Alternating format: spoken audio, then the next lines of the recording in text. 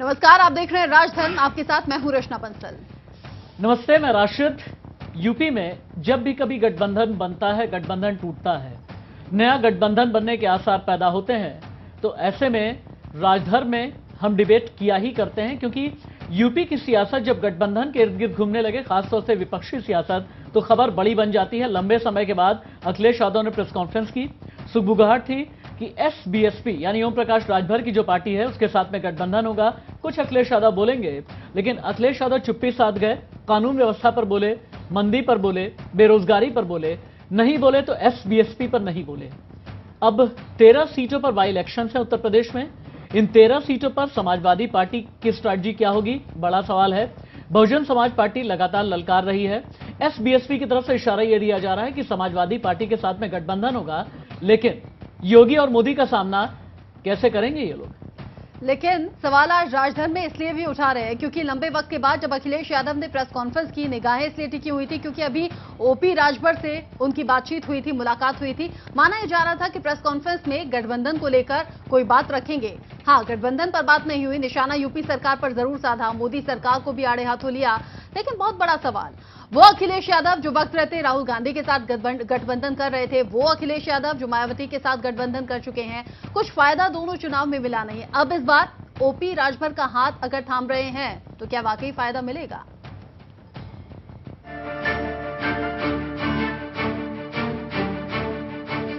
UP विधानसभा की 13 सीटों पर उपचुनाव होना है। इनमें 11 सीटें लोकसभा चुनाव के बाद खाली हुई हैं, जिनमें गोविंदनगर, लखनऊ कैंट, टूंडला, जैतपुर, मानिकपुर, बलहा, गंगोह, इगलास, प्रतापगढ़, जलालपुर, रामपुर, घोसी, हमीरपुर शामिल हैं। इनमें 11 सीटों के विधायक चुनाव जीतकर सांसद बन गए हैं। जलालपुर और रामपुर विधानसभा सीट को छोड़कर सभी सीट बीजेपी के खाते में थी। उपचुनाव को लेकर सियासी गोटी फिट करने की तैयारी शुरू हो गई है। कभी योगी सरकार में मंत्री रहे सुभाषपा के अध्यक्ष ओम प्रकाश राजभर और अखिलेश यादव के बीच हुई मुलाकात के बाद कयास लगाए जा रहे हैं कि इन दो पार्टियों में गठबंधन हो सकता है। पहले आपको जनवरी में दिए गए राजभर के बयान को सुनाते हैं। देखिए, हम भारतीय जनता पार्टी के साथ हैं।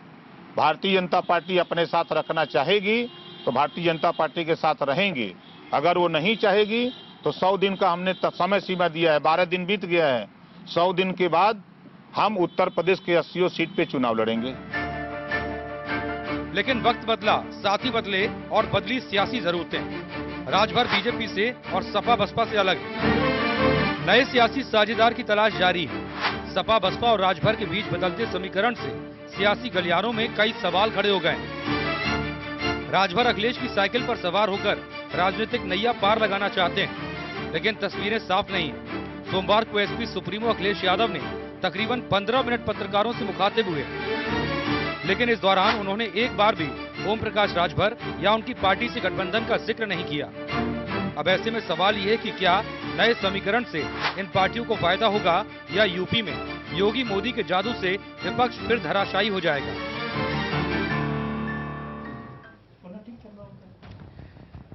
आज मेरे डिबेट में जो तमाम गेस्ट हैं उनमें से एक संघ विचारक और मेरे परम मित्र डॉक्टर विक्रम सिंह। अभी जब रिपोर्ट आप ये देख रहे थे तो मैंने उनसे पूछा, इस गठबंधन पर आप क्या कहेंगे, ऑफ रिकॉर्ड तो कुछ कह दीजिए। तो उनका कहना यह था कि जहां पर सरोकार की कमी हो जाया करती है वहां पर मौका परस्त गठबंधन बना ही करते हैं, और जहां पर मौका परस्त गठबंधन बनते हैं वहां पर भविष्य आप कैसे तलाश सकते हैं। डिबेट को मैं ओपन कर देता हूं। संघ विचारक जिनकी मैं बात कर रहा था, डॉक्टर विक्रम सिंह, पत्रकार मनीष गुप्ता, बहुजन समाज पार्टी का रिप्रेजेंटेशन कर रहे हैं सुरेश चंद्रा जी, बीजेपी से बहुत वरिष्ठ नेता हैं, जमाना देखा है, जमीन की राजनीति करते हैं, हरीशचंद्र श्रीवास्तव जी हमारे साथ में हैं। सुहेलदेव भारतीय समाज पार्टी के साथ में पीयूष मिश्रा रिप्रेजेंटेशन कर रहे हैं, प्रगतिशील समाजवादी पार्टी से नवाब अली अकबर और आरएलडी से संतोष यादव जी हमारे साथ में हैं। आप सभी गेस्ट का बहुत बहुत शुक्रिया, अपना बेशकीमती बहुमूल्य 1 घंटा अपने जीवन से निकालने के लिए, हमें देने के लिए, आम जनता के लिए निकालने के लिए। स्पेशली हरीशचंद्र श्रीवास्तव जी, पहला सवाल आपसे ही होगा। 13 सीटों पर उपचुनाव होने जा रहा है उत्तर प्रदेश में, और ऐसा कहा जा रहा है कि 2022 का जो आईना है वो इन 13 विधानसभा सीटों के उपचुनाव के जरिए ही हर एक पार्टी को दिखाया जाएगा, जनता दिखाएगी। ऐसे में जब ये कहा जा रहा है कि एक और मौके का गठबंधन तैयार हो रहा है, मौका परस्त गठबंधन तैयार हो रहा है, तो बीजेपी एसपी और एसबीएसपी के संभावित गठबंधन को किस तरह से देखती है? देखिए राशिद साहब, आप वरिष्ठ पत्रकार हैं, आप सब चीज़ों के गवाह रहे हैं। 2014 में भी, 2017 में भी, 2019 में भी इन चुनावों को कि आप गवाह रहे हैं। भारतीय जनता पार्टी इन सभी चुनावों में अपने विपक्षी दल के मित्रों को कि हर चुनौती को स्वीकार करने की बात करती रही है और भारतीय जनता पार्टी का जो सम्मानित नेतृत्व है उसने हमेशा ये कहा कि ये दल अलग अलग लड़ना चाहें अलग अलग, एक साथ लड़ना चाहें एक साथ। भारतीय जनता पार्टी इन सारी चुनौतियों को जनता के विश्वास भरोसे पर पूरी चुनौती को स्वीकार करती है। देखिए निर्णायक जनता होती है और जनता का विश्वास जीतना होता है। ये गठबंधन जो जातीय गुणागणित पर जो लोग एक लंबे अरसे से राजनीति करते रहे हैं उनको अब सच्चाई तो स्वीकार कर ही लेनी चाहिए कि अब देश जात पात की गुणागणित से नहीं लेकिन पॉलिटिक्स ऑफ परफॉर्मेंस को अंगीकार कर चुका है। इसलिए जो गुणागणित की राजनीति है जातीय, ये कामयाब नहीं होगी और पूरा ये जो 13 सीटों के उपचुनाव होने वाले हैं, मैं पूरे विश्वास और भरोसे के साथ कह सकता हूं कि सभी सीटों पर जो चुनाव परिणाम होंगे वो भारतीय जनता पार्टी के पक्ष में जाएंगे। ठीक है पीयूष जी, हरीश चंद्र जी को आप जवाब तो देना ही चाहेंगे, लेकिन उससे पहले ये बताइए समाजवादी पार्टी के साथ गठबंधन होगा या फिर नहीं होगा? अगर होगा तो आप लोग कितनी सीटें चाहेंगे और क्यों ना इसे मौकापरस्त गठबंधन माना जाए? जैसा कि हरीश चंद्र श्रीवास्तव जी भी कह रहे थे कि आप लोग गुणागणित की राजनीति वो भी जातियों को ध्यान में रखते हुए करते हैं और जातियां ही आपके भी मन मस्तिष्क में हैं और अखिलेश यादव के मन मस्तिष्क में भी हैं, तो क्यों ना आप लोगों को मौकापरस्त कहा जाए? देखिए राशिद जी, जो हमको मौका परस्त कह रहे हैं वो खुद अपने दामन में झांकें और देखें कि आज की डेट में 33 पार्टियों से उनका खुद का गठबंधन है। एनडीए में 33 पार्टियां हैं। और आपका जो पहला प्रश्न था कि सपा से क्या होगा, देखिए जो मुलाकात हुई थी वो एक औपचारिक मुलाकात थी। बड़े लोगों की मुलाकात होती रहती है, राजभर जी की अखिलेश जी से भी मुलाकात हुई, राहुल जी से भी होती रहती है, बहन जी से भी होती रहती है। और चूंकि हम लोगों की अभी जो पार्टी है, वो जो इकाई है उत्तर प्रदेश की, वो पूरी तरीके से भंग है। अभी कल हमारे प्रदेश अध्यक्ष का चुनाव होगा लखनऊ में, उसके बाद ही कुछ सिनेरियो क्लियर हो पाएगा कि सपा के साथ पे हम लोग अपने दम पर चुनाव लड़ेंगे। तो यह बात अब कल के बाद ही क्लियर हो पाएगी। मुलाकात जो हुई उसको एक अच्छे नजरिए से आप देख सकते हैं। जरूर यह मैं कहना चाहूंगा कि समाज को जो लोग तोड़ रहे हैं, चाहे कोई भी पार्टी हो या हिंदू मुस्लिम जो भी करा रही हो, आपको इशारा काफी है कौन है, भारतीय जनता पार्टी है, हमेशा तोड़ने का काम करती है। तो उनको रोकने के लिए जिस प्रकार से महाराजा सुहेलदेव जी ने समाज को इकट्ठा किया और आगे अपनी लड़ाई लड़ी, लोहिया जी ने अपनी लड़ाई ऐसे समाज को इकट्ठा कर किया, तो अगर हम लोगों को आना पड़ता है साथ में तो इसमें कोई दिक्कत वाली बात नहीं, हम लोग आ भी सकते हैं। अगर कुछ बात होती है तो यह कल क्लियर हो जाएगी, वरना हम 13 जगह तो हम खुद की एक इंडिपेंडेंट पार्टी, हम खुद अपना दम दिखाएंगे और हमने लोकसभा में दिखाया भी है। और आपको बताऊं लोकसभा में हमने 28 जगह पर अपने कैंडिडेट लोकसभा में एक भी सीट आपने जीती नहीं। अरे विधानसभा चुनाव 2000 भैया, विधानसभा चुनाव 28 जगह पे हमको 10 दिन का मौका 2017 मिला, भारतीय जनता पार्टी में लटकाई रह गई। हाँ बिल्कुल 8 सीटें मिली थी, 4 जीती थी। हाँ। सुन लीजिए मेरी बात। और 2019 का जो लोकसभा चुनाव हुआ, 28 जगहों पे हमने कैंडिडेट उतारे और पूर्वांचल में हम लोग जो है कांग्रेस से ऊपर उठ के आए, तीसरे नंबर की पार्टी बन के आए। 14 जगह पे 28 में से हम लोगों ने कांग्रेस से ऊपर उठ पाया और कई जगह पे हमने अच्छों को परास्त किया, खेल बिगाड़ा। और जो बात हो रही है जातिवाद की, अगर आप देखिए मंत्रिमंडल का उत्तर प्रदेश में विस्तार हुआ, इन्हीं के एक सहयोगी हैं जो हमारे भी पूर्व सहयोगी हुआ करते थे, अपना दल, उनको दबाने के लिए बगल में उन्हीं के भारतीय जनता पार्टी के रमाशंकर पटेल जी को मंत्री बना दिया गया। अच्छी बात है, लेकिन अब जातिवाद आपको देखना यह भी होगा राशिद जी कि जातिवाद वाला जो फैक्टर है वो लाता कौन है? नहीं, सहयोगी पार्टी। आप जिन रमाशंकर पटेल की बात कर रहे हैं ना, मिर्जापुर के मणिहान से बहुत अच्छा रिप्रेजेंटेशन करते हैं वो, मिर्जापुर के मणिहान से बहुत अच्छा रिप्रेजेंटेशन करते हैं वो, और उन्हें उचित प्रतिनिधित्व मिला। अब आप लोग जाएं, पटेल ने मिठाई बांट दी 1.5 कुंतल। अब आप लोग जाएं, मेरी बात तो सुनिए, अपना दल वालों ने तो रात भर मिठाई बांटी, बाकी भी गेस्ट उनके पास जाने दीजिए मुझे। विस्तार हुआ, पीयूष जी रुक जाएं, अब बाकी भी गेस्ट उनके पास भी जाने दीजिए। संतोषी, समाजवादी पार्टी, आरएलडी और बहुजन समाज पार्टी का गठबंधन हुआ था, लेकिन आज की तारीख में वो हालात हो गए हैं कि बिछड़े सभी बारी बारी। सबसे पहले तो मुझे ये बता दीजिए कि आरएलडी 13 जिन 13 सीटों पर बाई इलेक्शंस होने जा रहे हैं, वहां पर आरएलडी किन किन सीटों पर लड़ने जा रही है, और अभी आप लोग बीएसपी के साथ हैं या नहीं है? आप लोग भी एकला चलो वाली राह पर ही हैं? नहीं राशिद भाई, ये देखो कि हम चौधरी चरण सिंह के अनुयायी हैं और हम संघर्ष का रास्ता चुनने के लिए निकले हैं। हमारा और सपा का गठबंधन था और है और ये रहेगा। किन सीटों पे हमको चुनाव लड़ना है ये तो हमारा खैर शीर्ष नेतृत्व तय करेगा। अभी जब चुनाव की डिक्लेरेशन होगा तो उसमें तय हो जाएगा कितनी सीटों पर हम लड़ेंगे, कितनी सीटों पे सपा लड़ेगी। रही बात बसपा की, तो बसपा अपना स्वतंत्र पार्टी है, इस विषय पे बसपा अपना ज्यादा बेहतर बता पाएगी। लेकिन हम ये बताना चाहते हैं कि बीजेपी का जो अश्वमेघ का घोड़ा इन्होंने छोड़ा है यूपी में, इस बार हम लोग उसको पकड़ने का काम करेंगे। अश्वमेघ का घोड़ा दौड़ नहीं पाएगा बीजेपी का। इनके जितने भी कैंडिडेट पिछली बार जीते हैं, आप ये समझिए कि इनका झूठ के आधार पे, भ्रम फैला के आधार पे इन्होंने यूपी का चुनाव जीत लिया। सरकार इनकी कैसे चल रही है आप देख रहे हैं। शिक्षा विभाग ये नहीं चला पा रहे हैं, नमक रोटी बच्चों को परोस रहे हैं। स्वास्थ्य विभाग ये नहीं चला पा रहे हैं। बांदा में गणना की गई है बच्चों की, तो 47% बच्चे जो है बीमार पाए गए हैं, कुपोषित पाए गए हैं। और आप स्टाम्प और पंजीयन विभाग को अगर आप देखेंगे तो वहां के रोज ट्रांसफर और पोस्टिंग किए जाते हैं और रद्द किए जाते हैं। यही हाल मेडिकल का है, वहां भी ट्रांसफर पोस्टिंग की जाती है और रद्द की जाती है।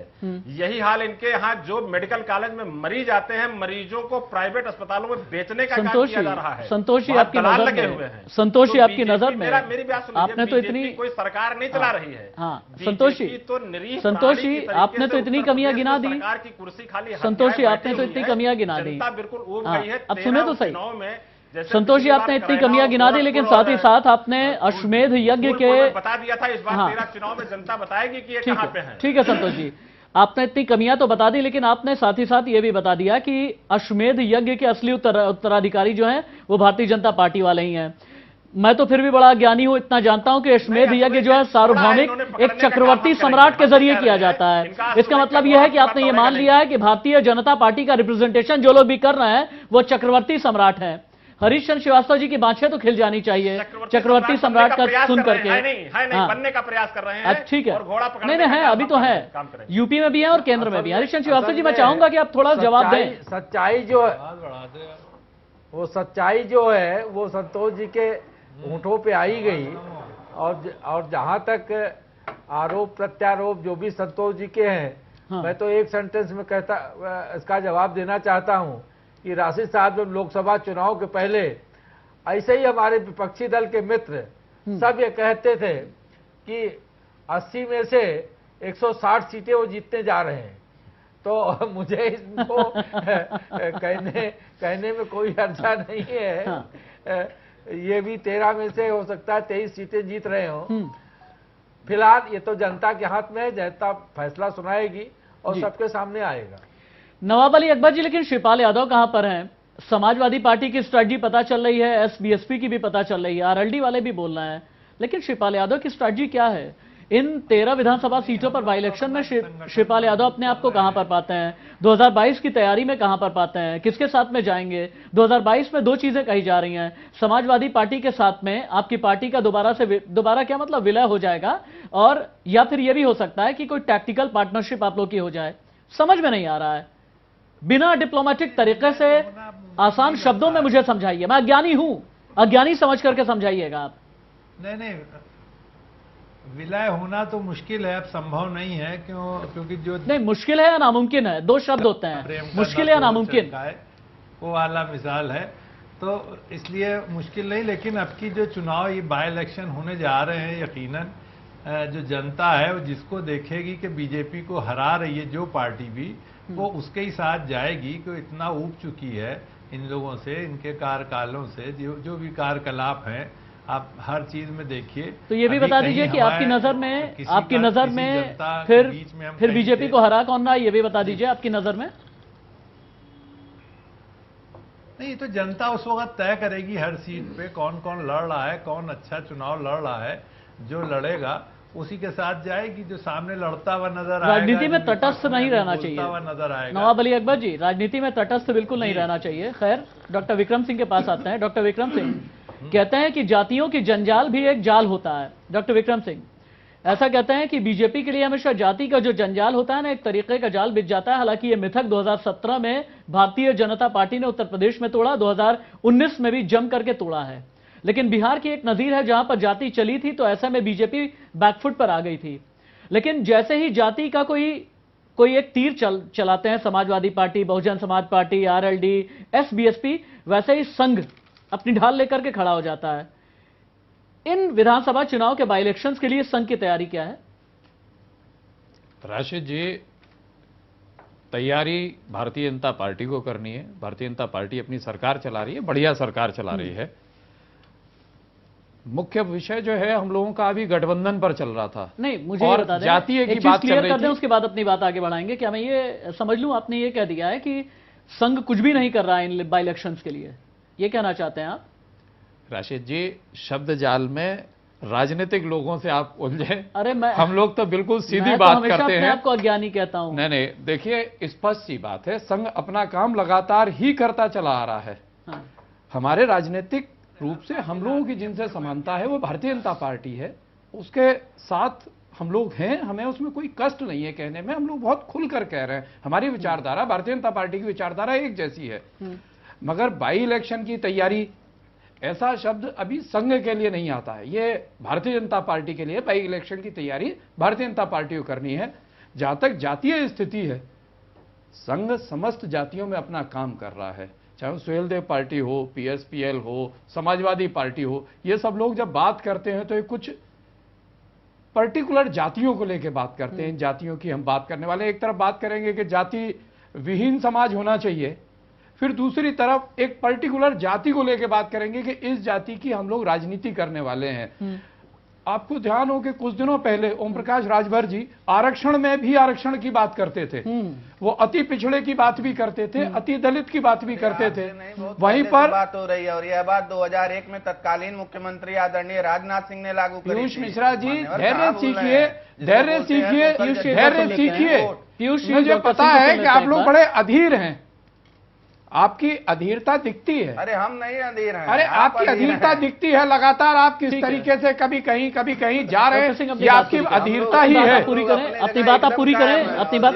पीयूष जी एक मिनट रुक जाएं आप। पीयूष जी दोबारा आपके पास आऊंगा, हर कोई अपनी पारी में बोलेगा। 2001 पीयूष जी यहाँ पर ये देखिए कि कितने वरिष्ठ लोग बैठे हुए हैं। हरीश चंद्र श्रीवास्तव जी भी अपनी पारी का इंतजार करते हैं, तभी बोलते हैं। एक मिनट रुक जाइए आप डॉक्टर सिंह, जल्दी अपनी बात। मैं केवल आपसे यही कह रहा था कि संघ का काम है बिना जाति देखे सर्व समाज के लिए काम करना, और हम कर रहे हैं और लगे हुए हैं। और जहां तक ये राजनीतिक दल हैं, जैसे अभी थोड़ी देर पहले हम लोग अनऑफिशियल बात भी कर रहे थे, मैंने कहा भी था कि ग्रामीण क्षेत्र में और बाकी क्षेत्र में अगर कुछ समय के लिए आप चुनाव बंद करा दें तो जो जातीयता की उमंग और जिस तरीके से राजनीतिक एक परस्पर द्वेष दिखना शुरू हो जाता है, वो दिखना बंद हो जाएगा। नहीं, जातीयता की उमंग की आपने बात की है, आपका इशारा किसकी तरफ है? जातीयता की उमंग सबसे ज्यादा किसमें है? देखिए, जो जातीय राजनीति कर रहे हैं उनमें है, जो पर्टिकुलर जाति को लेके जो सुरेश चंद्रा जी में है या फिर नहीं है? बहुजन समाज पार्टी के नेता सुरेश चंद्रा में है या नहीं करती है, इसमें कोई अच्छा शक नहीं है। बहुजन समाज पार्टी भी कह के करती है, दलित वोट वो कह के कर रही है, ऐसी कोई दिक्कत नहीं है। जो भी पार्टी है कह के कर रही है कि केवल ये वाला पर्टिकुलर वोट 13 सीटों के बाई इलेक्शन में सुरेश चंद्रा जी, जाति दिमाग में रहेगी क्या? 13 सीटों के बाई इलेक्शन में दलित रहेंगे दिमाग में, मुस्लिम रहेंगे दिमाग में, जाति और धर्म आपके लिए तो शतरंज की बिसात पर दो जबरदस्त मोहरे हैं। राशिद जी सुने, मैंने इंतजार किया है सबका और सिंह साहब को भी सुन रहा। जाति हमने नहीं बनाई, हमारे पूर्वजों ने नहीं बनाई। धर्म हम धर्म विशेष को मानते हैं। इस देश में 4 धर्म बने, सतनामी धर्म यहाँ का है, जैन धर्म यहाँ का है, सिख धर्म यहाँ का है, बौद्ध धर्म यहाँ का है। तो हम धर्म विशेष को बौद्ध धर्म को मानते हैं। तो यहाँ पर हमने कोई धर्म नहीं बनाया, हमने कोई जाति स्थापित नहीं की। अगर जाति की खेल और राजनीति अगर कोई करता है तो आज के टाइम में तो बीजेपी से ज्यादा और आरएसएस से ज्यादा मुझे तो नहीं लगता। एक मिनट, मुझे तो नहीं लगता।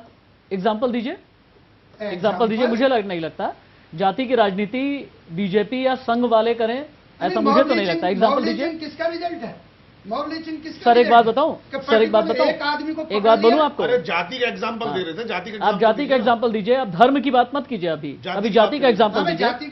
जाति कोई एग्जांपल बताइए। सुनिए, बहुजन समाज पार्टी के नेता को जवाब देना चाहेंगे हरिश्चंद्र जी? आप हरिश्चंद्र जी बहुजन समाज पार्टी के नेता को जवाब देना चाहेंगे?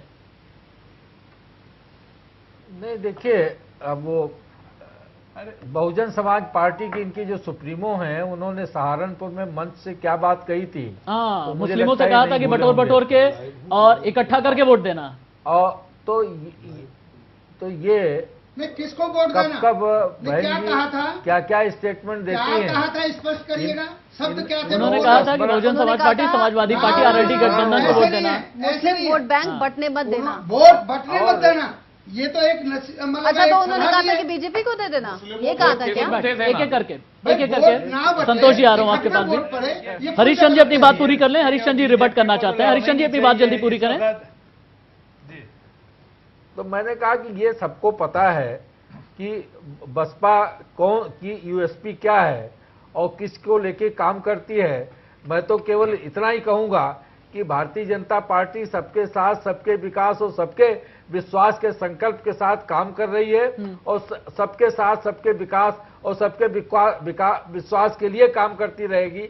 बाकी जो लोग जात पात की संकीर्ण राजनीति करते हो वो उन्हें मुबारक हो, लेकिन भारतीय जनता पार्टी समाज को समग्र रूप में देखती है, समग्रता से उनके विकास और सबके लिए विकास के अवसर के लिए काम कर रही है और वो करेगी।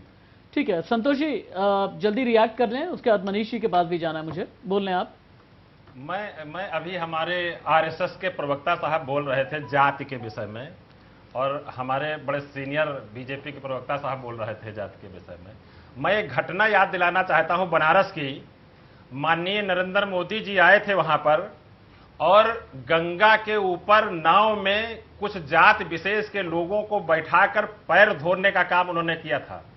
और वो काम इसलिए किया था कि इस जात विशेष के लोग सांसद के चुनाव में हमारे साथ वोट देने का काम करेंगे। नहीं, तो सबसे ज्यादा अगर जाति का फैलाने का कोई काम करता है, संतोष जी ऐसे ना बोले, धर्म की राजनीति का कोई काम संतोष जी ऐसे ना बोले। एक मिनट सर, एक मिनट सर, एक मिनट सर, एक मिनट संतोष जी सर, समान सर, एक minute sir, hold sir, sir Harishchandra ji एक मिनट रुक जाइए, संतोष जी एक मिनट रुक जाइए, संतोष जी अगर रुक जाइए, संतोष जी अब मेरी बात सुन लें आप। चौधरी अजीत सिंह या जयंत चौधरी, संतोष जी, चौधरी अजीत सिंह या जयंत चौधरी अगर मुजफ्फरनगर से लेकर के बागपत तक, बागपत से लेकर के ग्रेटर नोएडा तक, गाजियाबाद तक, अगर यहां पर आकर के जाट बाहुल क्षेत्र में आकर के लोगों के साथ में मिलते हैं, तो क्या यही आप लोग के मन मस्तिष्क में होता है क्या? अगर आपको यह लग रहा है कि सेवा भाव से जो चंद लोग नाव चला रहे थे, अगर सेवा भाव से आकर के, मेरी बात सुन लीजिए, भावुक होकर के देश के प्रधानमंत्री ने अपना सेवा भाव दिखाया, तो आपको यह लग गया? चरण सिंह हो, उन्होंने कभी जाति का नाम नहीं लिया है। उन्होंने हमेशा नाम कोई नहीं लेता, ना संतोष जी नाम कोई नहीं लेता, माफ कीजिएगा, राजनीति इशारों में होती है, नाम कोई नहीं लेता। ना कोई अगड़ा ना कोई पिछड़ा, सारे लोग किसान बिरादरी में आते हैं। हमारी पार्टी जो है किसान की बात करती है, और किसान में सारी जातियां आती है, उसमें कोई ऐसी जात नहीं जो किसानी का काम न करती हो। वो चाहे जिस 13 सीटों के बाई इलेक्शन में, ठीक है सर, और जयंत चौधरी के ऊपर और चौधरी चरण सिंह के ऊपर, ओके ठीक है। हरिश्चंद्र जी बहुत जल्दी बोल रहे हैं, उसके बाद मनीष जी के पास जाना। हाँ बस हरिश्चंद्र जी बहुत जल्दी बोल रहे हैं, आप जवाब दे दें। सुरेश चंद्रा जी आपके पास भी आऊंगा, तारीफ सबकी आएगी। हरिश्चंद्र जी बहुत जल्दी बोल रहे हैं आप। राशिद साहब, मैं संतोष जी को मैं करेक्ट कर दूं। माननीय प्रधानमंत्री जी जब कुंभ में आए थे, तो कुंभ में जो स्वच्छता का एक अहम काम कर रहे थे, उनको प्रतीक रूप में 5 स्वच्छता कार्य में लगे हुए कार्यकर्ताओं को उन्होंने उनके पैर धोए थे, इस बात के लिए कि ये महाकुंभ में जिस तरह से स्वच्छता को मेंटेन किया था, जो एक महत् कार्य किया था, उसके लिए उन्होंने स्वच्छता कार्य में लगे हुए लोगों के 5 लोगों के चरण अवश्य धोए थे। ये वो कहीं काशी में और कहीं वोट की वो चुनाव में नहीं धोए थे। अब आप लोग रुक जाए, एक न्यूट्रल जर्नलिस्ट को भी सुन लीजिए, एक तटस्थ पत्रकार को सुनिए आप। मनीष जी ठीक है, ओके हो गया जी। हरिश्चंद्र जी, ये कहना, संतोष जी आप भी रुक जाए, हरिश्चंद्र जी आप भी रुक जाए। संतोष जी, पैर धोए थे। 13 सीटों के बाई इलेक्शन में जाति की जकड़न क्या है? 13 सीटों के बाई इलेक्शन में जाति की जकड़न क्या है यूपी में? अपने अंतर विरोधों के बावजूद अपने स्वार्थों के लिए मिल जाने की कहानी है ये गठबंधन। मैं पीयूष मिश्रा जी की तरफ चलता हूं। सुहेलदेव पार्टी के आप प्रवक्ता हैं, मुझे एक बात बताइए, क्या आप राजा सुहेलदेव के बारे में जानते हैं? किस जाति के राजा थे और वो किस लिए प्रसिद्ध हैं? किस सदी के थे? उनका काम क्या था, नाम क्या था? और उनके नाम के साथ में एक और चीज बताता हूं मनीष भाई, एक और चीज बताता हूं, उनके नाम के साथ में किस तरह का स्तरहीन बयान दिया गया है, किस तरह का स्तरहीन बयान। पीयूष जी देखिए, एक बयान तो वाकई में बहुत ही निचले स्तर का बयान है, जिसमें यह कहा गया है कि ऐसा लगता है कि सुहेलदेव राजा की तरह मैं तलवार उठाऊं और सिर्फ कलम कर दूं सामने वाले का, और जिसकी तरफ इशारा किया गया है मैं बिल्कुल भी कम से कम अपनी जबान पर ऐसी चीज लाना नहीं चाहूंगा। इंटरेस्टिंग बात बताऊंगा राशिद भाई, उसके बाद अरे सुन लीजिए सर, अच्छा आपको बोलना है बोल लीजिए, नहीं बीच मत बोलिए, मैं काफी देर एक काम करें, एक बार पत्रकार को सुन लें, उसके बाद आप ही के पास आऊंगा। उसके बाद 1950 में सर्वप्रथम राम राज्य परिषद, हिंदू महासभा और आर्य समाज, ये 3 हिंदू संगठन ऐसे थे जिन्होंने पहली बार महाराजा सुहेलदेव को हिंदू नायक के रूप में चित्रित किया, और पहली बात जिसको उन्होंने मारा था उसकी दरगाह के पास जाकर मेला लगाने का कार्य प्रारंभ किया। उसके बाद जाति विशेष के लोग 1960 में ये कहने लगे कि ये हमारी जाति के राजा, और उसके बाद आपने जाति में बांट दिया।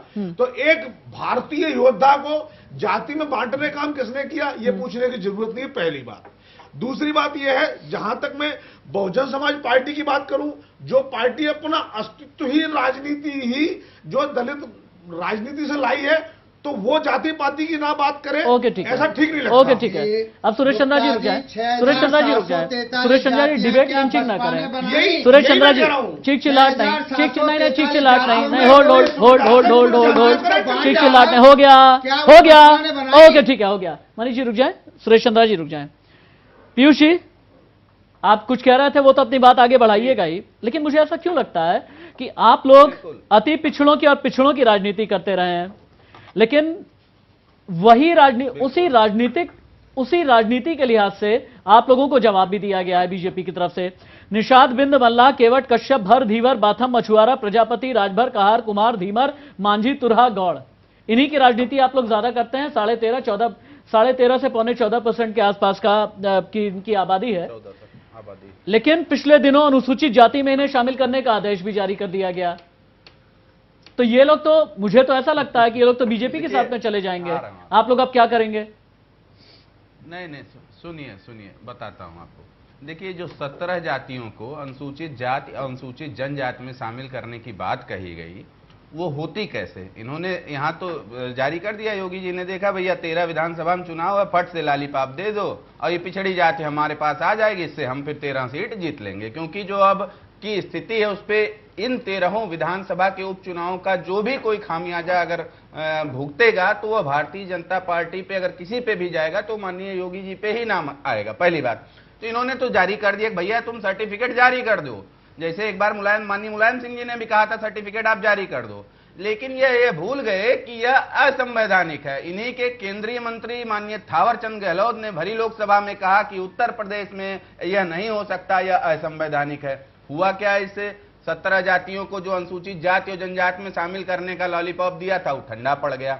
जो हम लोग कह रहे थे, जिसकी मेन लड़ाई हम लोगों की थी, जब 2001 में आदरणीय माननीय राजनाथ सिंह जी मुख्यमंत्री हुआ करते थे तो एक सामाजिक न्याय समिति की रिपोर्ट बनी थी, उसको लागू कराना था, जिसमें 7% पिछड़ा, 9% अत्यधिक पिछड़ा और 11% सर्वाधिक पिछड़ा में जो 27% का आरक्षण है उसको 3 भागों में बांटना था। हम ही मंत्री थे, हमारे राष्ट्रीय अध्यक्ष इसके मंत्री थे। क्या हुआ? पिछड़ा वर्ग के मंत्री हम ही लोग थे। जब क्या हुआ, माननीय अमित शाह जी ने कहा, माननीय योगी जी ने कहा हम इसको लागू करेंगे। इसी पे भी हमारा एक गठबंधन का एक समझौता ये भी था कि जिनको आज तक न्याय नहीं मिला है उनको आरक्षण का लाभ मिले। राघवेंद्र सिंह की कमेटी में अक्टूबर में रिपोर्ट आ गई, वह फाइल आज भी माननीय योगी जी की टेबल पर धूल खा रही है। अगर आपको उसको लागू करना है करिए, उसको कैबिनेट में लाइए, प्रस्ताव बना के तब लागू करिए, न कि इन 13 विधानसभा के चुनाव के चक्कर में असंवैधानिक तरीके से। मैं नहीं कह रहा हूं राशिद भाई, थावरचंद गहलोत जी के बयान है और इन्हीं के केंद्रीय मंत्री हैं, लोकसभा में कहा है।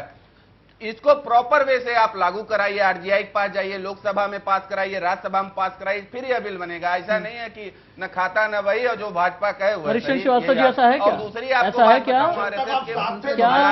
संवैधानिक तरीका अख्तियार नहीं किया गया? क्या संवैधानिक तरीका अख्तियार नहीं किया गया? 17 प्रमुख जातियों को अनुसूचित जाति में शामिल करने का जो आदेश जारी किया गया। हरीश श्रीवास्तव जी, मेरी बात पूरी हो जाने दीजिए। राशिद भाई, टीवी की बाध्यता होती है। पीयूष भाई बहुत जल्दी अपनी बात पूरी करें। विक्रम भाई ने कहा आरएसएस के बड़े भाई बैठे हैं कि आरएसएस अपना काम कर रहा है और भाजपा अपना। बिल्कुल आरएसएस अपना काम कर रही है।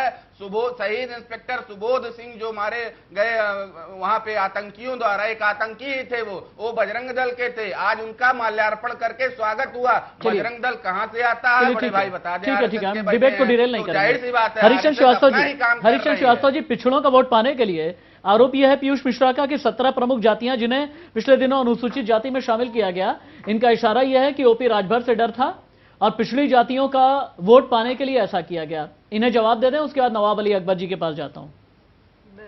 नहीं, आप राशिद साहब ये बताइए मुझे कि क्या 2017 में हमको पिछड़े वर्ग का वोट नहीं मिला? क्या 2014 में हमको पिछड़े वर्ग का वोट नहीं मिला? क्या 2019 में हमको पिछड़े वर्ग का वोट नहीं मिला? कि ये उपचुनाव के लिए ही खाली हम जो है उनको अनुसूचित वर्ग में शामिल करने के लिए सरकार ने आदेश किए? ये इस तरह की व्याख्याएं केवल एक भ्रमजाल फैलाने के लिए की जाती हैं। सरकार की जो मंशा है वो एकदम स्पष्ट है। जो वो संविधान में भी पहले उसकी ये जो जातियां जिनको अनुसूचित वर्ग में शामिल करने की बात कही गई है, संवैधानिक व्यवस्था में वो जातियां पहले उसमें अनुसूचित वर्ग में थी। किन्हीं कारणों से वो उससे बहिष्कृत हो गई, उससे उस सूची से बाहर हो गई और उनको उसमें पुनः शामिल किए जाने का आदेश सरकार ने किया है। सरकार ने जो किया है, सरकार की मंशा एकदम साफ है। जो गरीब हैं, जो पिछड़े हैं, जो पीछे विकास के दौर में रह गए, उनको आगे लाना है। उसके लिए जो भी प्राविधान और जो भी तकनीकी जो उसकी औपचारिकताएं होंगी वो सरकार पूरा करेगी। नवाब अली अकबर जी, जब एसपी, बीएसपी और आरएलडी का गठबंधन हुआ तो शिवपाल यादव जी अच्छे खासे नाराज दिखे। ऐसा लगा कि मायावती से उनकी पुरानी नाराजगी फिर से उभर करके सामने आ गई। अगर बीएसपी और समाजवादी पार्टी का गठबंधन होता है तो शिवपाल यादव खुश रहेंगे या नहीं रहेंगे? उन्होंने तो एक राय दी थी कि अकेले लड़े, उनसे गठबंधन करना ठीक नहीं है बसपा से। नहीं, पीयूष जी से गठबंधन ठीक है या नहीं है? ओपी राजभर से गठबंधन ठीक है या नहीं है? नहीं, ये तो अब वो इनका और अखिलेश जी का मामला है। अच्छा, वो लोग जाने, अब हमारी पार्टी अलग है। नहीं, तब राय दी थी ना, तो मुझे लगा अभी भी राय देंगे। क्या राय देनी बंद कर दी है क्या? नहीं, तो आप क्यों लड़ाई लगवा रहे हैं? क्यों हम लोग क्यों राय दें? जब वो जो राय न माने, जो खुद ही डूबना चाह रहा हो, तो उसे राय देने के क्या करना है? अच्छा, संतोष जी, आपके साथी को लेकर के नवाब अली अकबर जी का कहना यह है, जो राय ना माने उसे राय देने का फायदा क्या? जो खुद डूबना चाह रहा हो उसे फिर राय देने का फायदा क्या? अखिलेश यादव डूब रहा है क्या? बकौल नवाब अली अकबर, बकौल शिवपाल यादव की पार्टी के एक बड़े गणमान्य वक्ता, प्रवक्ता।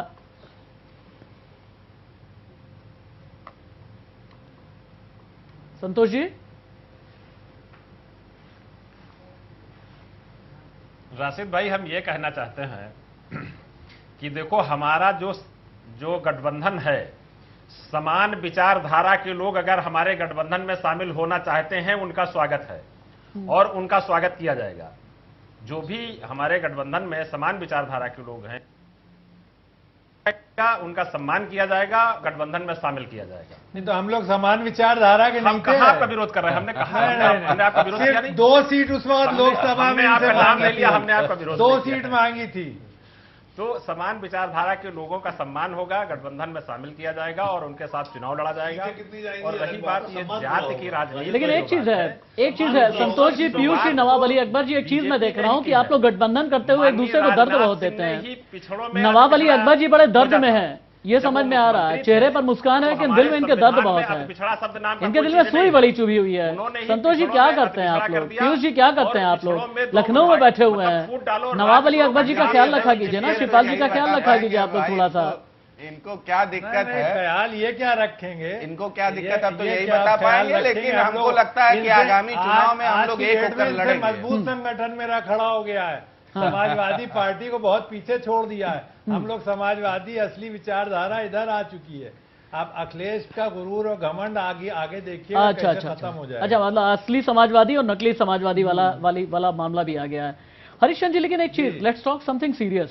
एक चीज और है कि समाजवादी पार्टी का एक रिकॉर्ड है, जब भी छोटे दलों के साथ गठबंधन या किसी दल के साथ में गठबंधन समाजवादी पार्टी करती है तो उसे फायदा मिलता है। आप 2018 में देखिए, मुख्यमंत्री योगी जी ने और उप मुख्यमंत्री केशव प्रसाद मौर्य, इन दोनों की खाली की गई सीट थी गोरखपुर फूलपुर, गठबंधन किया, बाई इलेक्शन जीत गए और बाई इलेक्शन में उनका जो रिकॉर्ड और स्ट्राइक रेट है बड़ा अच्छा रहा है। तो ऐसे में एस-बीएसपी के साथ में अगर गठबंधन होता है तो आपको लगता नहीं कि पूर्वांचल में डेंट तो देंगे ये लोग? देखिए, वो जो जिस उपचुनाव में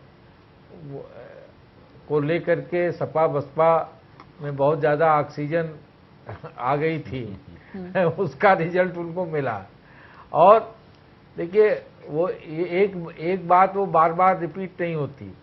मैंने कहा ना कि निर्णय तो जनता को करना है, और जनता उनके साथ कौन खड़ा है, उनके सरोकारों के साथ कौन खड़ा है, कौन जो हमने जो वादे किए थे उस वादे के साथ कौन खड़ा है, इसको देखती है। और आज आदरणीय योगी जी की सरकार ने उत्तर प्रदेश में विकास और सुशासन देने का काम किया है।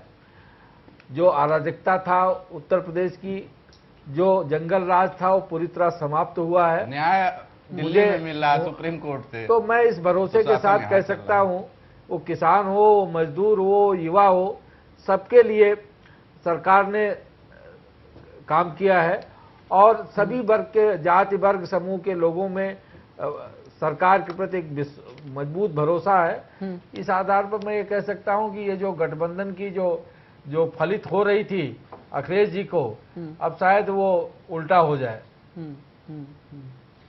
सुरेश चंद्रा जी, हर किसी के पास कुछ न कुछ, अब अखिलेश यादव कहते हैं कि भाई हमारे पास हो सकता है आने वाले दिनों में कहेंगे हमारे पास सुहेलदेव भारतीय समाज पार्टी है। अखिलेश यादव ये भी कहेंगे कि हमारे पास बाकी जगह की एक लिबर्टी है क्योंकि बहुजन समाज पार्टी हमारे साथ नहीं है।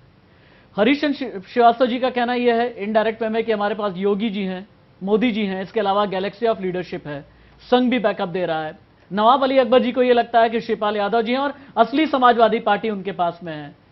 पीयूष मिश्रा को यह लगता है कि जो पिछड़े और अति पिछड़े हैं इनके साथ में है पूर्वांचल वाले। आपके पास क्या है? देखिएगा,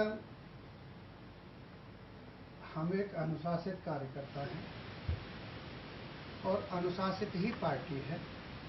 माननीय बहन जी हमारी नेता हैं, हमारी राष्ट्रीय अध्यक्ष हैं। इस संबंध में जो भी फैसला होगा, पार्टी अनुशासित होती तो घूरा राम आज समाजवादी पार्टी क्यों ज्वाइन कर लेते? तो क्या वो जो ओपी राजभर भी तो गए हैं इनके साथ बीजेपी वालों के। अच्छा, वो भी तो गए हैं। अच्छा, जो स्वार्थी होगा वो चला जाएगा। अच्छा, जो स्वार्थी होगा वो चला जाएगा। नहीं तो घूरा राम जी के दिल से पूछिएगा। पार्टी लेकिन अनुशासन में है और मायावती अनुशासन में है, इसीलिए कभी बीजेपी की तारीफ कर देती है, कभी बीजेपी पर सवाल उठा देते हैं। स्वार्थ तो अकेले आनंद कुमार का है, बाकी सब कार्यकर्ताओं में स्वार्थ है। अरे हाँ, बिल्कुल है ना। एक मिनट, हाँ, अरे भी मैं सीधा बात बोल रहा हूँ। अभी तो ये जो बात कर रहे हैं इनको यही नहीं पता है संविधान का अनुच्छेद 340 का कि राष्ट्रपति को ये जिम्मेदारी है कि वो समय समय पर इस देश में आयोग बिठा करके सर्वे करवाए कि अभी और किन बिरादरियों को इस आरक्षण नाम की चीज की आवश्यकता है। और उसी के तहत 1953 में काका कालेलकर कमीशन बना था और 1978 में बीपी मंडल के उसमें निर्देशन में मंडल कमीशन बना था। मंत्री भी रहे हैं, 17 का वो घोषणा भी कर दी। असंवैधानिक ऐसे कहा है उन्होंने, थावर साहब ने, उन्होंने किसी उसके यही बात पीयूष मिश्रा ने भी कही है। डॉक्टर विक्रम सिंह, एक ऐसे वक्त में जबकि बाई इलेक्शन से ठीक पहले जातियों को किस तरह से सोशल इंजीनियरिंग की जाए इसकी बातचीत चल रही है, ठीक लगभग उसी वक्त में संघ प्रमुख मोहन भागवत जी ने ज्ञानोत्सव में यह कह दिया कि आरक्षण के पक्ष वाले और आरक्षण के विपक्ष वाले साथ में बैठ करके सौहार्दपूर्ण माहौल में बातचीत करनी चाहिए। यानी उनका इशारा यह है कि एक बार फिर से आरक्षण को रिवर्क करने की जरूरत है, इसका नुकसान ना हो जाए बीजेपी को। राशिद जी, अभी सुरेश चंद्रा जी ने एक बात बताई, उसका लबोलुआब यह है कि आरक्षण की समीक्षा समय समय पर की जा सकती है और होती रही है। अगर ना हुई होती तो आरक्षण उसी रूप में होता जिस रूप में शुरू हुआ था। उसके बाद उसमें बहुत सारे परिवर्तन हुए हैं। किसी भी समीक्षा को नकारात्मक रूप में ही अगर देखने का मन बना लिया है तो बात दूसरी, उससे बहुत अच्छे रिजल्ट भी निकल सकते हैं, अच्छी चीजें भी निकल सकती हैं। जहां तक लोग नहीं पहुंचे, सिंह साहब ऐसे नहीं है सर रुक जाइए, सुरेश जी, सुरेश जी, पहले वाले प्रोविजन को सुरेश आप जी, हटा दोगे। आप सुन तो लीजिए सुरेश जी, आप गलत व्याख्या करने से फायदा नहीं ना, गलत संदेश चला जाता है। पहले वाला प्रावधान वो तो ये है ना, हटेगा। आज नहीं, पहले वाला सुरेश जी, एक काम कर लेता हूँ, मैं सबको हटा देता हूँ, आप अकेले बोल लीजिएगा। सुरेश जी, सबको हटा देता हूँ, अगर बीच में आप आएंगे ना, आपने जमाना देखा हुआ है, थोड़ा सा संयम नहीं तो नोट करके रखिए, अपनी पारी में बोलिएगा आप। डॉक्टर सिंह बोलिए। गलत संदेश की बात तो है अभी चंद्रा जी, जिन लोगों की बात हो रही थी, पीयूष जी ने और संतोष यादव जी ने उठाई थी, शायद संतोष यादव जी ने उठाई थी कि प्रधानमंत्री जी ने स्वच्छता कर्मियों के पैर धोए, वो हरिजन जाति के थे। उस समय आपने कोई ऑब्जेक्शन नहीं किया, जबकि उन्हें जाति ने कहकर स्वच्छता का काम कर रहा है, वो एक वर्ग था। बाकी लोगों से मना नहीं किया है किसी ने कि वो स्वच्छता की नौकरी ना करें। उस समय अपने अहम को लेके बाकी लोग नौकरी नहीं करेंगे। अभी जाति की अगर बात आती है, संतोष भाई जाति की बात कर रहे थे, तो मैं इतना कहना चाहूंगा कि संघ के स्वयंसेवक जब चुनाव लड़ते हैं, नरेंद्र मोदी जी जब चुनाव लड़ते हैं, तो उनकी जाति के लोग बनारस में बहुमत में नहीं होते हैं। अडवाणी जी जब चुनाव लड़ते थे तो उनकी जाति के लोग बहुमत में नहीं होते थे, मगर आरएलडी के नेता क्या इस स्थिति में है कि जहां पर उनकी जाति का बाहुल्य नहीं है, वहां से वो बाकी किसान जातियों के बोलिए ना, जाट बाहुल्य क्षेत्र, मैं तो सीधी बात कर रहा हूं, क्या वो बाकी अगर वो किसान जातियों का प्रतिनिधित्व कर रहे हैं तो बाकी पूरे देश में किसान है, वहां से चुनाव क्यों नहीं लड़ते? बिल्कुल ठीक बात है। आप नजीर बना रहे हैं तो उसके लिए नजीर बनिए, केवल आरोप मत लगाइए। मनीष, यूपी के बाई इलेक्शन में जाति का सबसे बड़ा और सबसे ज्यादा बेहतर राजनीति करने वाला खिलाड़ी कौन है? देखिए, सबसे जाति की राजनीति अगर कोई कहे बेहतर खिलाड़ी कौन है, तो मैं कहूंगा सभी खिलाड़ी जाति की राजनीति करते हैं। भारतीय जनता पार्टी भी इससे अछूती नहीं है। और आप समझिए, बेहतर राजनीति उसकी है जो जाति की राजनीति भी करे और उसकी राजनीति दिखाई ना दे कि इन्होंने जाति की राजनीति करे। तो कम से कम उस मामले में भारतीय जनता पार्टी सर्वोपरि है। जो खिलाड़ी तो है जाति की राजनीति करने में, लेकिन उसकी राजनीति दिखाई नहीं देती। जहां राजभर जो सुहेलदेव पार्टी है वो खुलकर बोलते हैं कि हम जाति की राजनीति करते हैं, बहुजन समाज पार्टी जाति की राजनीति करती है, समाजवादी पार्टी जाति की राजनीति करती है। तो जाति के राजनीतिक के सभी हैं। हर एक पार्टी अपने कैंडिडेट्स को जाति के आंकड़ों के हिसाब से ही डालती है। हरीश श्रीवास्तव जी, दो चीजें कही जा रही हैं ओपी राजभर को टैकल करने के लिए, ओपी राजभर को टैकल करने के लिए और अनुप्रिया पटेल के दबाव का बदला लेने के लिए दो चीजें की गई हैं, और वो भी जाति को ध्यान में रखते हुए। अनिल राजभर को इधर मंत्री बना दिया गया और रमाशंकर पटेल को मंत्री बना दिया गया है। क्या ये बीजेपी की स्ट्रैटेजी है जातियों को देखते हुए कि ओपी राजभर भी हैंडल हो जाएंगे, उनका भी सामना हो जाएगा, अनुप्रिया पटेल के दबाव का भी सभी छुटकारा मिल जाएगा? नहीं, राशिद साहब, क्या नीलिमा कटियार जी को मंत्री नहीं बनाया गया? ये जो व्याख्याएं अपनी तरीके से लोग गढ़ते हैं, ये उनकी अपनी स्वतः की सोच के कारण है। जहां तक भारतीय जनता पार्टी का सवाल है, जो निर्णय भारतीय जनता पार्टी में होते हैं, सामूहिक नेतृत्व की पार्टी है, पार्टी का नेतृत्व और जो सरकार के मुखिया हैं, वो सब लोग बैठ करके जैसा प्रदेश की विकास की आवश्यकताओं को लेकर के जैसा प्रतिनिधित्व जहां और जिस तरह का दायित्व जिसको जहां देना होता पार्टी देती है। किसकी संगठन में जरूरत है, किसकी सरकार में जरूरत है, ये हर पार्टी अपना तय करती है। भारतीय जनता पार्टी नेतृत्व भी अपना तय करता है। और इसमें किसी को निष्प्रभावी और किसी को प्रभावी, ये तो इनकी अपनी व्याख्याएं हैं, पीयूष जी की हों या किसी की हों। भारतीय जनता पार्टी का कुल एक मकसद है, सबका साथ, सबका विकास, सबका विश्वास। पीयूष जी, आप हंस तो बहुत रहे हैं, सभी जाति वर्ग समूह के लोगों को पीयूष जी, आप हंस तो बहुत रहे हैं, पार्टी का नेतृत्व उनको प्रतिनिधित्व देता है। ठीक है, उसकी आवश्यकता। एक मिनट जाइए, मेरा सवाल सुन लीजिए। पीयूष जी, मेरा सवाल सुन लीजिए। पीयूष जी, मेरा पहले सवाल सुन लीजिए। आप मेरा पहले सवाल सुन लें। आप हंस तो खूब रहे हैं, इसमें कोई दो राय नहीं कि पिछड़ों अति पिछड़ों की आप लोगों ने बात भी की है, उनकी आवाज भी उठाई है राजनीतिक तरीके से। लेकिन 2017 से लेकर के 2019 तक आप लोगों ने आराम से मंत्री पद का सुख भी भोगा है आवाज उठाते रहे। अगर इतने ही बड़े आप त्यागी थे, मंत्री पद आपको छोड़ देना चाहिए था, और जब तक बर्खास्त नहीं कर दिया गया तब तक आप लोग रहे, क्योंकि मंत्री पद का सुख भोगना ही था। अगर इतने ही बड़े हिमायती हैं आप लोग पिछड़ों के और अति पिछड़ों के, मंत्री पद से पहले ही इस्तीफा दे देना चाहिए था ओपी राजभर को, और इस्तीफा देने के बाद उन्हें सड़क पर आना चाहिए था, और उन्हें इंतजार नहीं करना चाहिए था कि कब भारतीय जनता पार्टी के साथ वापस से बातें ठीक हो जाएंगी। क्यों ना आपको स्वार्थी और मौका परस्त कहा जाए? राशिद भाई देखिए, आपको थोड़ा सा करेक्ट कर दूं कि हम जो है भारतीय जनता पार्टी से हमने चुनाव के पहले ही अपना दामन छुड़ा लिया था, और सबसे बड़ी बात कि हमने इनके प्रधानमंत्री उम्मीदवार के दामन नहीं छुड़ाया था, 180 दिन का टाइम दिया था, कमीशन की वेबसाइट 150 या 180 दिन का टाइम दिया था, दामन नहीं छुड़ाया था, 150 या 180 दिन का टाइम दिया था आपने। नहीं छुड़ा लिया था, एकदम छुड़ा लिया था। अरे इनके हमने प्रधानमंत्री और इनके रक्षा मंत्री के सामने हमने कैंडिडेट उतार दिया, क्या बात कर रहे हैं आप? देखिए 2 साल हमने सत्ता एक काम कर लेते हैं पीयूष भाई, एक काम कर लेते हैं, 2 मिनट का ब्रेक लेते हैं, आपसे ही शुरुआत करूंगा, कमर्शियल प्रेशर बहुत ज्यादा है।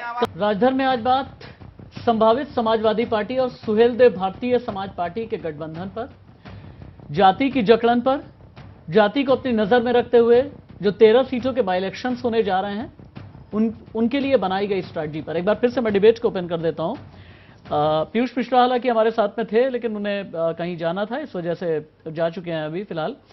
हरिशंकर श्रीवास्तव जी, पीयूष मिश्रा ने कई बातें बोली हैं, इसके साथ ही यहां पर सुरेश चंद्रा जी बैठे हुए हैं, उन्होंने भी कई आरोप लगाए हुए हैं, उनका जवाब देना चाहेंगे एक बार आप? नहीं, देखिए कुछ लोगों के पास केवल आरोप लगाने के लिए के अलावा और कुछ है नहीं, तो अब उनके आरोपों के बारे में मैं इतने कह सकता हूं कि आरोप होते हैं और खोखले हैं।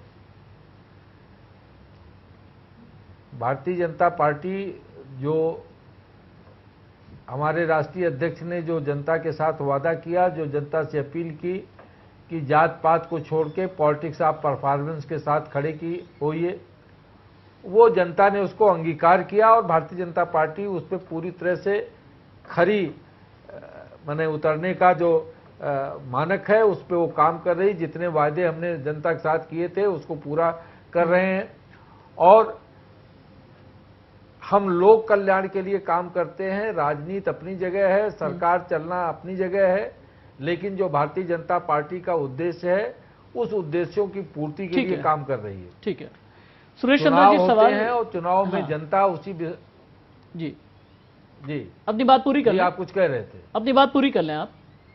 हाँ, हमने कहा कि चुनाव में जनता भी उन्हीं के साथ खड़ी होती है, वो भी परखती है कि कौन उनके साथ खड़ा है, कौन उनके सुख दुख के लिए काम कर रहा है, कौन उनको दुश्वारियों से निजात दिलाने के लिए काम कर रहा है।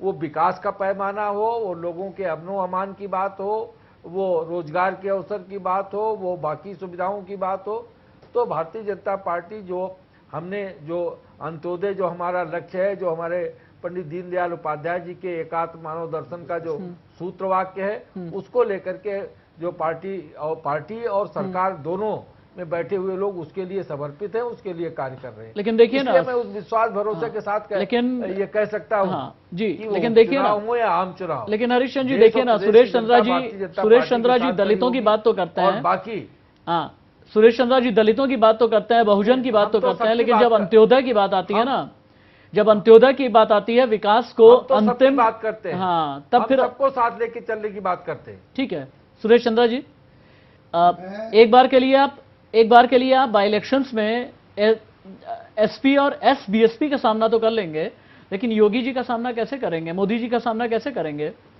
अमित शाह जैसों की स्ट्रैटेजी का सामना कैसे करेंगे आप? पहले किया है, हमारे सिद्धांत हैं। अभी जो ये बात कर रहे थे, नहीं याद रखिएगा, इससे पहले आपने योगी जी का सामना नहीं किया है सर, याद रखिएगा 2017 के विधानसभा चुनाव में योगी आदित्यनाथ का सामना नहीं किया था आपने। 2019 में हाँ अभी हमने मुकाबला किया है, लेकिन सोचने की बात यह है, अभी सिंह साहब ने भी कहा कि भाई हरिजनों के पैर धोए, अब ये हरिजन शब्द हमारा आप जो है वहीं पर आप वहीं रह जाइए, आप जाति विशेष की बात नहीं रह जाइए, इससे आपकी मानसिकता समझ में आती है, आपकी पार्टी की मानसिकता समझ में आती है। राज्यवाद आपके बिल्कुल नजदीक में, गाजियाबाद आपके नजदीक है, वहाँ पर एमएमएस कॉलेज चल रहा है, क्या आप उसके एब्रिविएशन जानते हैं? आपसे जब भी बात होती है सुरेश चंद्रा जी, जाति आपके दिमाग से निकलती नहीं, जाती है कि जाति नहीं आपके दिमाग से? चंद्रा जी मैं आपको 2019 से पहले क्यों नहीं धोए पैर? अच्छा रुक जाइए आप। और चुनावी अच्छा आपके लिए ज्यादा जरूरी क्या है? आपके लिए ज्यादा जरूरी क्या है? आम जनता है पैर धोना ज्यादा जरूरी क्या है आपके लिए? राशिद जी कुछ जब इलेक्शन को देख के थोड़ी आया। अरे तो कुंभ एक ही दिन में नहीं था, कुंभ एक ही दिन में नहीं था, उस दिन से पहले। अच्छा रुक जाए आप, अच्छा रुक जाइए, ठीक है रुक जाइए आप, मनीष जी रुक जाइए, डॉक्टर सिंह को, डॉक्टर विक्रम सिंह को सुन लीजिए, सुरेश चंद्रा जी रुक जाइए। सुरेश जी एक तो पहले आपको धन्यवाद कि आपने भारतीय जनता पार्टी के हरीशचंद्र जी को आपको धन्यवाद देना चाहिए कि आपने एक नया मुद्दा भारतीय जनता पार्टी की ओर दे दिया है। भारतीय जनता पार्टी की अच्छी पैरोकारी आपने की है इस बार, मगर इस बार आप ध्यान रखिएगा ये चुनाव जो है बड़ा अलग सा है। इस बार ये मजबूत नेतृत्व का भी चुनाव है जो दिखाई पड़ रहा है। आज ही मोदी जी और ट्रंप की जो आपसी वार्ता हुई है जिसे पूरे देश ने देखा है और देखा है नेतृत्व कितना मजबूत है। इस बार का चुनाव जब होने वाला है तो इस पर होने वाला है कि एक देश में एक संविधान चलने वाला है, धारा 370 खत्म हुई है।